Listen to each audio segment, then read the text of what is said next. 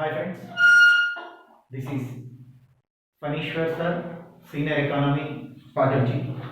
My dear friends, ఈ వీడియోలో మనం ఇండియన్ ఎకనామిక్ సర్వే భారత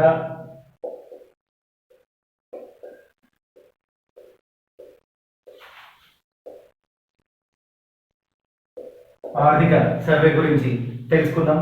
మరి ఈ సర్వే చూసినట్లయితే వి ఆకారంలో క్రింద పడిన వి ఆకారంలో పైకి లేచింది అంటున్నారు.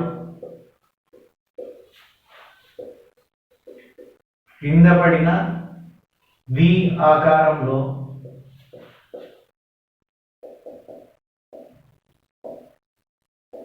పైకి లేచిందని సర్వే చెప్తుంది మన భారత ఆర్థిక వ్యవస్థ గురించి. సో మరి లాక్డౌన్ వల్ల కింద పడినప్పటికీ కూడా మళ్ళీ మనం పుంజుకోగలం అనేటువంటి ఆశాభావాన్ని వ్యక్తం చేసింది. సో లాక్డౌన్ ముందు ఇక్కడ ఉంటే లాక్డౌన్ లో ఈ విధంగా కింద పడిపోయి మళ్ళీ మనం తిరిగి ఈ విధంగా పైకి ఎదగగలమని ఈ సర్వే భావిస్తున్నది. మరి ప్రస్తుత ఆర్థిక ఏడాదిలో ప్రస్తుత ఆర్థిక సంవత్సరంలో వృద్ధి రేట్ చూసినట్లయితే మైనస్ గా ఉంది, -7.7% ఉంది. సో -7.7%గా ప్రస్తుత ఆర్థిక సంవత్సరంలో మనకు వృద్ధి రేటు కనబడుతుంది. మై డియర్ ఫ్రెండ్స్, వృద్ధి రేట్లు చూసినట్లయితే ఇక్కడ ఈ వృద్ధి రేటు గురించి మనం డిస్కస్ చేసేటప్పుడు ఇది యాన్యువల్లీ గ్రోత్ రేట్, వార్షిక వృద్ధి రేటు మాత్రమే. వార్షిక వృద్ధి రేటు అంటున్నారు.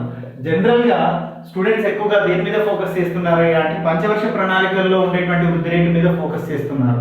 ఆ పంచవర్ష ప్రణాళికల్లో అత్యధిక వృద్ధి రేటు వచ్చినటువంటిది 8వ పంచవర్ష ప్రణాళిక అని మీరు చదువుతున్నారు. అది 5 సంవత్సరాల కాలానికి కలిపి 5 సంవత్సరాల కాలానికి కలిపి సో 11వ పంచవర్ష ప్రణాళిక అధిక వృద్ధి రేటును సాధించింది. అది 8.1%, అది 8% అని మీరు చదువుతున్నారు. అయితే ఇక్కడ మనం మాట్లాడుతుండేది వార్షిక వృద్ధి రేటు, ఇక్కడ మాట్లాడుతుండేది ప్రణాళిక వృద్ధి రేటు కాదు, కేవలం వార్షిక వృద్ధి రేటు గురించి మనం మాట్లాడుతున్నాం. వార్షిక వృద్ధి రేటు ప్రస్తుత సంవత్సరంలో అంటే 2021లో 7.7%గా వార్షిక వృద్ధి రేటు నమోదయ్యేటువంటి అవకాశం ఉందని మన సర్వే పేర్కొంటుంది. అయితే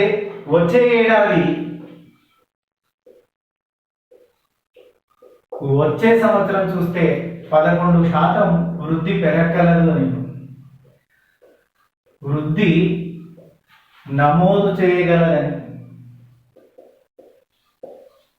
చేయగలదని ఈ సర్వే భావిస్తుంది. కష్టకాలంలో కరోనా వల్ల ఆర్థిక వ్యవస్థ కుదేలైనప్పటికీ కూడా ఈ కష్టకాలంలో రైతులే ఆదుకున్నారు, అండగా ఉన్నది రైతులే అని సర్వే పేర్కొంటుంది.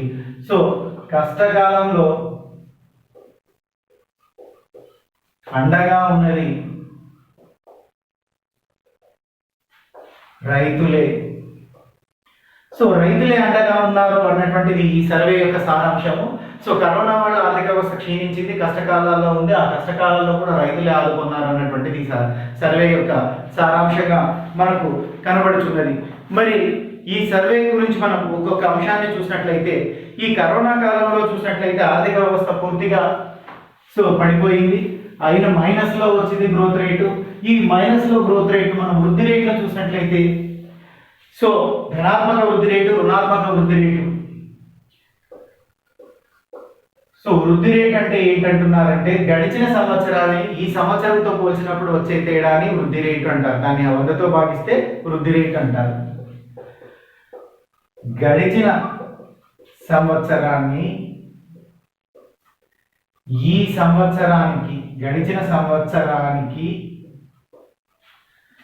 సంవత్సరానికి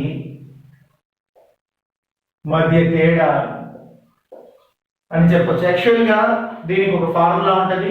సో నేషనల్ ఇన్కమ్ అనేటువంటి చాప్టర్ చదివేటప్పుడు వృద్ధి ధోరణులు అనేటువంటి చాప్టర్లో మీరు ఆ చాప్టర్ చదువుతారు. ఇప్పుడు మీకు సర్వేలు ఏం పేర్కొన్నారో అంతవరకు అవసరం మాత్రమే ఆ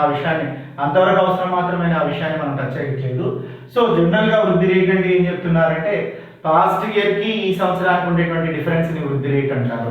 మరి ఈ వృద్ధి రేటు మనం చూసినట్లయితే ఇప్పుడు ఈ సర్వే ప్రకారం చూసినట్లయితే సో 2021 సంవత్సరానికి గాను -7.7% ఉంది. ఈ విధంగా మైనస్ మనకు 5 సంవత్సరాలు వచ్చింది. సో లాస్ట్ గా మైనస్ వృద్ధి రేట్ ఎప్పుడు వచ్చింది అయ్యా అంటే సో సో 79-80లో కూడా మనకు సో వృద్ధి రేటు 0గా నమోదు చేయడం అనేటువంటి జరుగుతుంది. నెక్స్ట్ రానున్న సంవత్సరంలో 11% వృద్ధి రేటు నమోదు చేయగలదని పేర్కొంది. ఇక రెండోది చూసినట్లయితే ఈ వృద్ధి రేటు అంశం తర్వాత మనం అబ్జర్వ్ చూసినట్లయితే కష్టకాలంలో ఆదుకున్నది రైతులే. మరి కష్టకాలంలో వీళ్ళు రైతులు ఏ విధంగా ఆదుకున్నారో చూద్దాం. దీన్ని 2019-20లో గ్రోత్ రేటు 4.2% ఎక్స్పెక్ట్ చేస్తే ఇది 4% వచ్చింది. ఎక్స్పెక్ట్ చేసిందేమో 4.2%, బట్ సాధించింది 4%. ఇక లాక్డౌన్ లో చూసినట్లయితే మొదటి త్రైమాసికంలో -23.9% గాను, రెండవ త్రైమాసికంలో 7% గాను, -7.5% గా. సో మొదటి త్రైమాసికం 23.9%, రెండోది -7.7%. సో రెండవ త్రైమాసికంలో ఈ విధంగా ఉందని చెప్తున్నారు. అయితే ఇవన్నీ కూడా మనకు అక్కర్లేదు. రెండవ త్రైమాసికంలో ఇప్పుడు పాయింట్ ఏంటంటే రెండవ త్రైమాసికంలో 2020లో 2020 సంవత్సరంలో రెండవ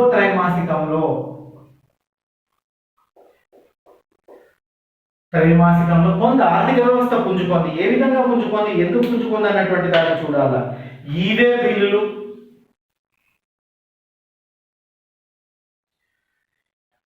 బిల్లులు, రైళ్లలో సరుకుల రవాణా,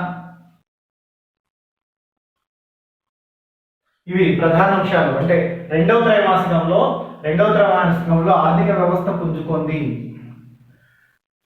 ఆర్థిక వ్యవస్థ కాస్త పుంజుకుంది. సో ఎందుకు పుంజుకుంది అనేటువంటి రీజన్స్ చూసినట్లయితే ఈవే బిల్లులు, సో రైల్వే సరుకుల రవాణాలు, అదేవిధంగా జిఎస్టి వసూళ్లు కొంత కనబడ్డాయి. అంటే పూర్తిగా లాక్డౌన్ తర్వాత రెండవ త్రైమాసికంలో ప్రభుత్వానికి ఆదాయం రావాలి. ఆదాయం ఏ విధంగా వస్తున్నాయి అంటే ఈవే బిల్లుల ద్వారా, రైలు సరుకుల రవాణా ద్వారా, జిఎస్టి ద్వారా కొంత ఆదాయం వచ్చింది. ఇక తర్వాత చూసినట్లయితే వ్యవసాయ రంగం రెండవ త్రైమాసికంలో పర్టికులర్ గా మనం అగ్రికల్చర్ ని చూసినట్లయితే వ్యవసాయ రంగాన్ని, ఎందుకు ఈ వ్యవసాయ రంగమే రెండవ త్రైమాసికంలో మాట్లాడుతున్నామంటే సర్వే మొదట్లోనే కష్టకాలంలో ఆదుకున్నది వ్యవసాయ రంగం అని చెప్పారు. కాబట్టి రెండవ త్రైమాసికంలో వ్యవసాయ రంగం చూసినట్లయితే 3.4%గా వృద్ధి చెందింది. 3.4%గా వృద్ధి కనపరిచింది. సాధారణంగా వ్యవసాయంలో 4% వృద్ధి ఉంటే దాన్ని ఆదర్శ వృద్ధి అంటారు. లాక్డౌన్ లో మనకు 3.4% వృద్ధిని కనపరచడం అనేటువంటి జరిగింది. అదేవిధంగా వస్తువుల తయారీకి, సో వస్తువుల తయారీ రంగం నిలిచింది. రెండవ త్రైమాసికంలోకి వచ్చేలోగా వస్తువుల తయారీ రంగం నిలవడం, అదేవిధంగా గ్రామీణ ప్రాంతాలలో వస్తువులకు డిమాండ్ పెరగడం, సో గ్రాఫ్ పెరగడానికి దోహదపడ్డాయి. గ్రామీణ ప్రాంతాలలో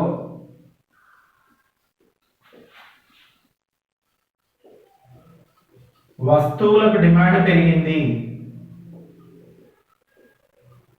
వస్తువులకు డిమాండ్ పెరగడం, అదేవిధంగా చూసినట్లయితే వస్తువుల తయారీ రంగం కూలకుండా నిలబడింది. తయారీ రంగం నిలబడడం,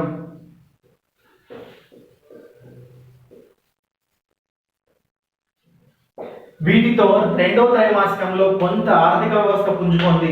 రెండవ త్రైమాసికంలో ఆర్థిక వ్యవస్థ పుంజుకోవడానికి కారణాలు ఏంటంటే ఈవే బిల్లులు, రైల్లో సరుకుల రవాణా, జిఎస్టి వసూలు కొంత పెరగడము. అదేవిధంగా రెండవ త్రైమాసికంలో వ్యవసాయ రంగం 3.4% వృద్ధి చెందడము, గ్రామీణ ప్రాంతాల్లో వస్తువులకు డిమాండ్ పెరగడము, తయారీ రంగం నిలబడడం అనేటువంటి కారణాల చేత రెండవ త్రైమాసికంలో కొంత ఆర్థిక వ్యవస్థ పుంజుకుంది. లేకపోతే కంప్లీట్ గా ఆర్థిక వ్యవస్థ కుదేలయ్యేటువంటి పరిస్థితి ఏర్పడేది. సో అలా కాకుండా కొంతలో కొంత ఆర్థిక వ్యవస్థ మేలు జరిగిందని ఈ సర్వే తెలియజేస్తున్నది. ఇక ఈ సర్వేలో ఒక్కొక్క అంశాన్ని ఒక్కొక్క విధంగా చూద్దాం. మొదటగా వ్యవసాయాన్ని చూద్దాం. సో ఇక్కడ ఏం చెప్తున్నారు అంటే వ్యవసాయం ఆధునిక వ్యాపారంగా మార్చడానికి కృషి చేస్తున్నారంట. ఆధునిక వ్యాపారం. సో వ్యవసాయం ఆధునిక వ్యాపారం ఎలా అంటున్నారంటే వ్యవసాయ చట్టాలు ప్రాథమికంగా చిన్న రైతులకు, మధ్యతరగతి రైతులకు వినియోగిస్తున్నారు. సో మధ్య రైతుల కోసమే తీసుకురావడం అనేటువంటిది. సో మరి దీంట్లో చూసినట్లయితే ఈ ఇద్దరు చిన్న రైతు, మధ్య తరగతి రైతు. సో భారతదేశంలో చూసినట్లయితే అత్యధికంగా చిన్న రైతు, మధ్యతరగతి రైతులే ఉన్నారు. దాదాపుగా భూమిలో వ్యవసాయం చేసేటువంటి భూమిలో 80% భూమి చిన్న రైతు, మధ్య రైతుల కిందనే ఉంటుంది. మరి ఈ చిన్న రైతు, మధ్య రైతుల యొక్క వీరి ప్రగతి కోసం ఉద్దేశించినటువంటిదే నూతన వ్యవసాయ సంస్కరణల బిల్లు. దాన్నే మనం ఏమంటున్నాం, కొత్త చట్టాలు అంటున్నాం. సో ప్రగతి కోసం ఉద్దేశించినటువంటివే ప్రగతి కోసమే కొత్త వ్యవసాయ చట్టాలు తీసుకొని వచ్చారంట. ఈ 3 కొత్త వ్యవసాయ చట్టాలు ప్రస్తుతం వివాదాస్పదంగా ఉన్నాయి. దీనికోసం రైతులు ఢిల్లీ పరిసర ప్రాంతాల్లో పెద్ద ఎత్తున ఉద్యమం జరుగుతుంది. అది విద్యార్థులకు తెలిసే ఉంటుంది. ఇక దీనికి సంబంధించినటువంటి అంశాన్ని మనం డిస్కస్ చేసేటప్పుడు ఏం చేస్తున్నారయ్యా అంటే వీటి వల్ల మార్కెట్ స్వేచ్ఛను కల్పిస్తున్నారండి. చట్టాల వల్ల ఏం చేస్తున్నారయ్యా అంటే మార్కెట్ స్వేచ్ఛను, ఈ చట్టాల వల్ల రైతులకు మార్కెట్ స్వేచ్ఛను, ఒకే దేశం ఒకే మార్కెట్ అనేటువంటి విధంగా మార్కెట్ స్వేచ్ఛను తీసుకొస్తున్నాము. వ్యవసాయాన్ని గ్రామీణ ఉపాధి రంగంగా కాకుండా సో ఆధునిక వ్యాపార సంస్థగా చూడాల్సినటువంటి అవసరం వచ్చిందని మన సర్వే పేర్కొంటుంది. సో వ్యవసాయాన్ని గ్రామీణ ఉపాధి రంగంగా కాకుండా ఎలా చూడాల్సి వచ్చిందంట, ఒకప్పుడు వ్యవసాయం అనేటువంటిది గ్రామీణ ఉపాధి, సో గ్రామీణ ఉపాధి రంగం, ఆ విధంగా కాకుండా ఆధునిక వ్యాపార రంగంగా చూడాల్సింది. ఆధునిక వ్యాపార రంగంగా చూడాల్సిన సమయం వచ్చిందంట.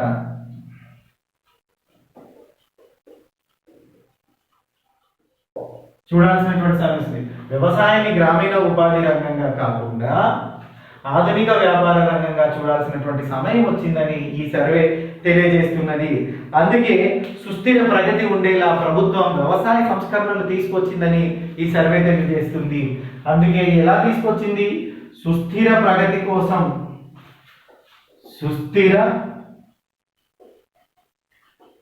కోసం వ్యవసాయ సంస్కరణలు. సో సుస్థిర ప్రగతి కోసమే వ్యవసాయ సంస్కరణలు తీసుకొచ్చినట్లుగా ఈ సర్వే తెలియజేస్తుంది. ఇక సర్వేలో వ్యవసాయం తర్వాత చర్చించాల్సిన అంశం ఏంటి అంటే ఉల్లికి సంబంధించినటువంటి అంశాల గురించి మాట్లాడారు. ఆ ఉల్లి గురించి ఏం మాట్లాడారు అనేటువంటి చూద్దాం. ఉల్లి నిల్వలకు ఆధునిక పద్ధతులను తీసుకొని వస్తున్నారు అంటున్నారు. ఉల్లి నిల్వలకు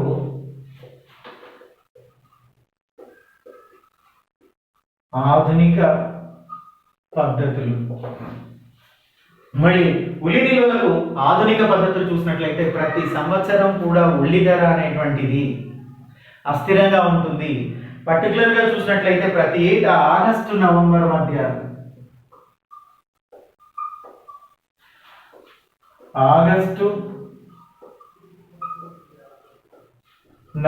మధ్య కాలంలో చూసినట్లయితే ఉల్లి ధర విపరీతంగా పెరుగుతుంది. సో మరి విపరీతంగా పెరుగుతున్నటువంటి ఉల్లి ధరను తగ్గించడం కోసం ఉల్లి యొక్క నిల్వలను భద్రపరచుకోవాల్సినటువంటి అవసరం ఉంది. వీటికి ఆధునిక నిల్వలను ఆధునిక పద్ధతిలో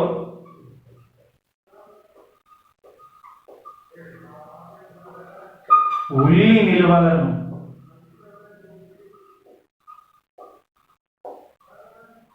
భద్రపరచుకోవాలి. దీనికోసం ఈ ప్రభుత్వం యాక్టివిటీస్ చేస్తుందని చెప్తుంది. సో పద్ధతులు అనుసరించాలని, బాగా ఎండబెట్టి నిల్వ చేసేటువంటి ఏర్పాట్లను స్టాక్కు తగిన విధంగా సేవ్ చేయడానికి బాగా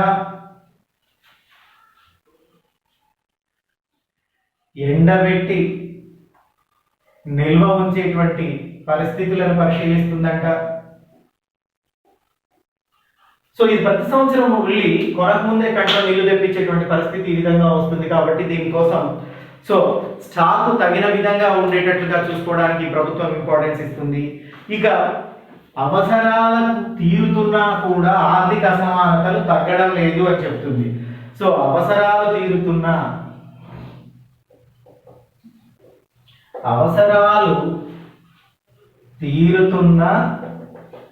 ఆర్థిక అసమానతలు తగ్గడం లేదు.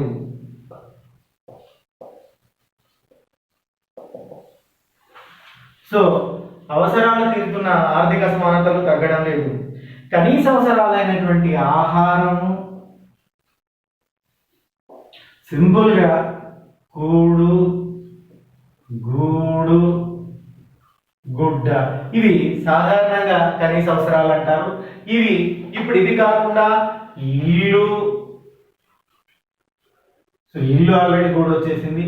సో విద్య, వైద్యం కూడా ప్రాథమిక రంగాల్లోనే ఉన్నాయి. వీటితో పాటు విద్యుత్తు, ఇలా అనేక సో ఖచ్చితంగా ఉండేటువంటి సో కనీస అవసరాలైనటువంటి 26 రకాలైనటువంటి అంశాలను ఇందులో చేర్చి ఈ 26 రకాలైనటువంటి కనీస అవసరాలకు సంబంధించినటువంటి అంశాలను ప్రజలకు చేరవేస్తున్నప్పటికీ, ప్రజలకు అందిస్తున్నప్పటికీ కూడా ఆర్థిక సమానతలు దేశంలో తగ్గట్లేదు. సో ఇన్ని రకాల 26 రకాల అంశాలను అందిస్తున్నప్పటికీ కూడా ఆర్థిక సమానతలు పెరుగుతూనే పోతూ ఉన్నాయి, తగ్గట్లేదు. దానికి కారణం ఏంటి? సో కారణం చూసినట్లయితే పథకాలు సరిగ్గా లబ్ధిదారులకు చేరడం లేదు. కారణం చూసినట్లయితే అర్హులకు పథకాలు చేరితే సమస్య ఉండదు. అర్హులకు పథకాలు చేరడం లేదు. సో అర్హులకు పథకాలు చేరితే ఈ సమస్య ఉండదని ఈ సర్వే భావించడం అనేటువంటిది జరుగుతుంది. ఇక నెక్స్ట్ చూసినట్లయితే వైద్యం, విద్యకు సంబంధించినటువంటి అంశాలను చూడాలి. మరి వైద్యం, విద్యకు సంబంధించినటువంటి అంశాలను చూసినట్లయితే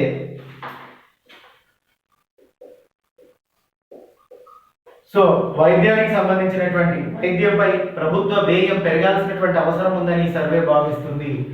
వైద్యంపై ప్రభుత్వం చేసేటువంటి ఖర్చు, ప్రభుత్వ వ్యయం పెరగాలి. వైద్యంపై ప్రభుత్వ వ్యయం పెరగాలి. ప్రస్తుతం వైద్యంపై జీడిపిలో 1% మాత్రమే ఖర్చు పెడుతున్నారు. ప్రస్తుతం వైద్యంపై జీడిపిలో 1% మాత్రమే ఖర్చు పెడుతూ ఉన్నారు. మరి ఇది పెరగాల్సినటువంటి అవసరం ఉంది. 2.5 నుండి 3% వరకు వైద్యంపై ఖర్చు చేయాలి.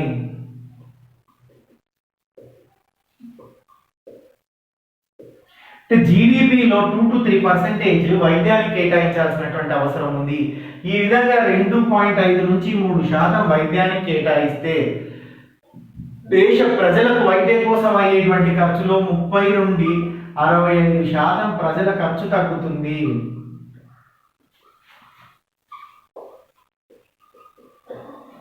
సో 30 నుండి 65%, 30% నుంచి 65% ప్రజలకు ఖర్చు తగ్గుతుంది. ఎప్పుడు ప్రభుత్వాలు 2.5% నుంచి 3% వరకు వైద్య ఖర్చులుగాను, అంటే వైద్యం కోసం అలాట్ చేస్తే వైద్యం కొరకు ఖర్చు చేయాలి, వైద్యానికి అలాట్ చేయాలి. ప్రస్తుతం 1% మాత్రమే ఖర్చు చేస్తున్నాయి. ఇది 2.5% నుంచి 3% గా అలాట్ చేసినట్లయితే 30% నుంచి 60% ప్రజల ఖర్చు తగ్గుతుంది. ప్రజల ఖర్చు తగ్గుతుందని. ఇక ఆరోగ్య సౌకర్యాల విషయానికి వస్తే,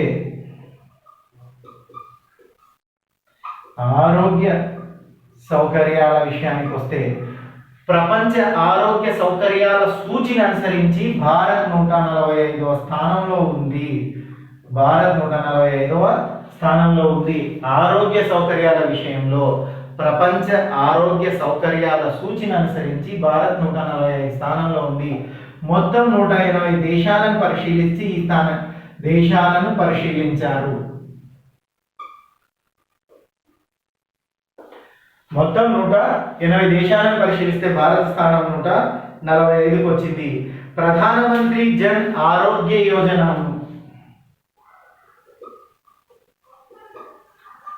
ప్రధానమంత్రి జన్ ఆరోగ్య యోజనను కేంద్ర ప్రభుత్వం అమలు చేస్తుంది. ఏ రాష్ట్రాల్లో అయితే ప్రధానమంత్రి జన్ ఆరోగ్య యోజన అనేటువంటి దానిని ఉపయోగించుకొని లబ్ధి పొందుతున్నాయో ఆ రాష్ట్రాల్లో వైద్య సౌకర్యాలు బాగున్నాయి.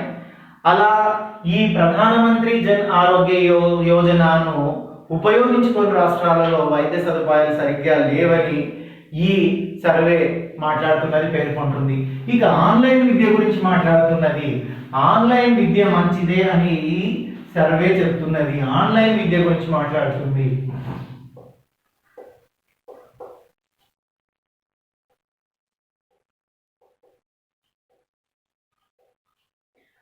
ఆన్లైన్ విద్య, ఈ సర్వే ఆన్లైన్ విద్య మంచిదే అని చెప్తున్నది. ఈ సర్వే ఆన్లైన్ విద్య మంచిదే అని తెలియజేస్తుంది.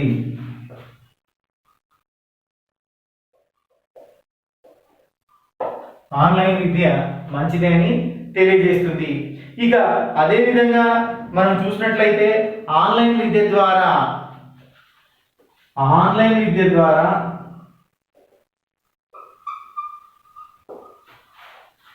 విద్యలో అసమానతలు తగ్గుతాయి.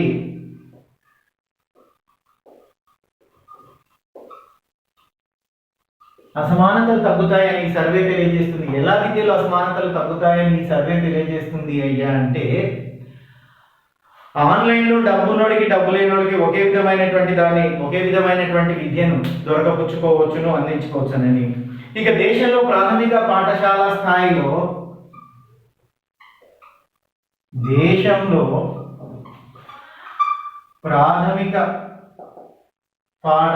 స్థాయిలో అక్షరాస్యత 96% గా ఉన్నట్లుగా ఈ సర్వే పేర్కొంది. దేశంలో ప్రాథమిక పాఠశాల స్థాయిలో అక్షరాస్యత చూసినట్లయితే 96% ఉంది. అయినప్పటికీ మహిళలు, ఎస్సీ, ఎస్టీ, బీసీ వర్గాలు చూసినట్లయితే అక్షరాస్యత జాతీయ సగటు కన్నా తక్కువగా ఉంది. లలో అక్షరాస్యత జాతీయ సగటు కన్నా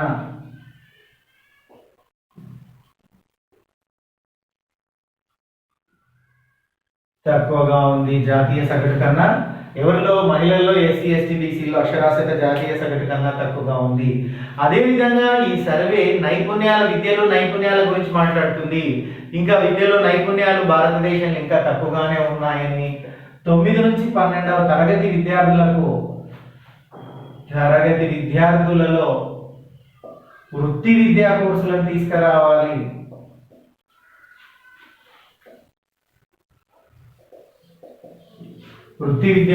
తీసుకురావాలని ఈ సర్వే తెలియజేస్తుంది.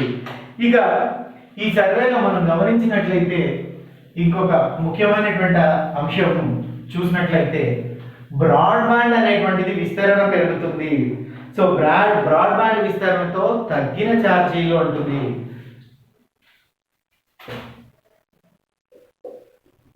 బ్రాడ్బ్యాండ్ విస్తరణతో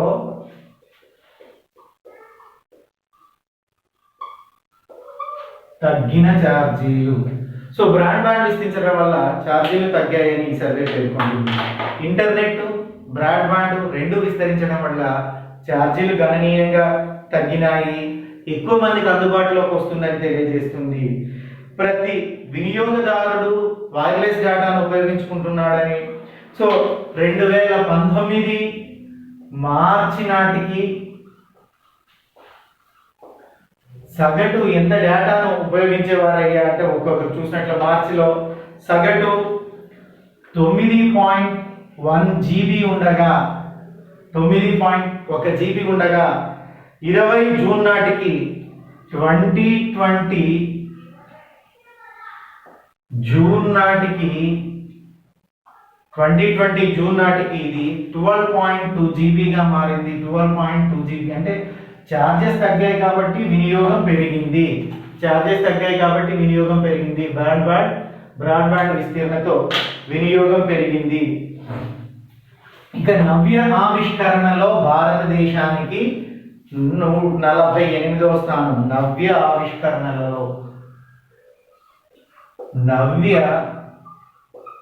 ఆవిష్కరణలలో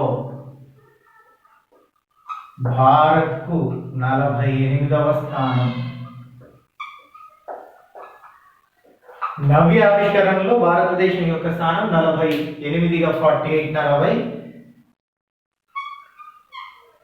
స్థానంగా ఉన్నట్లు ఈ సర్వే పేర్కొంటుంది. నూతన ఆవిష్కరణలో భారత్ సూచి 48లో, 2015లో నూతన ఆవిష్కరణ సూచిలో భారత్ 84th నూతన ఆవిష్కరణ భారత్ 81వ ర్యాంకులో ఉండేటువంటిది. 81వ ర్యాంకులో ఉండేటువంటిది ప్రస్తుతం 48వ ర్యాంకుకు వచ్చినట్లుగా ఈ సర్వే తెలియజేస్తుంది.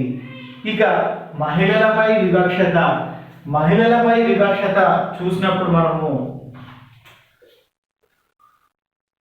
మహిళలపై వివక్షత విషయంలో ఈ అంశంలో కూడా వివక్షత ఏమాత్రము తగ్గలేదంట. భారతదేశంలో తగ్గలేదు, మహిళలపై వివక్షత తగ్గలేదు. ఇక ఎక్కడెక్కడ పనిచేసేటువంటి సంస్థలలో జీతాల విషయంలో, అదేవిధంగా ప్రమోషన్ విషయంలో, పదోన్నతుల్లో, సామాజిక సెక్యూరిటీ, సోషల్ సెక్యూరిటీ, సామాజిక భద్రతలో అవకాశాలు కల్పించాల్సినటువంటి అవసరం మహిళలకు ఇంకా ఉంది. పురుషులలో 80.3% ఉద్యోగాలు చేస్తుండగా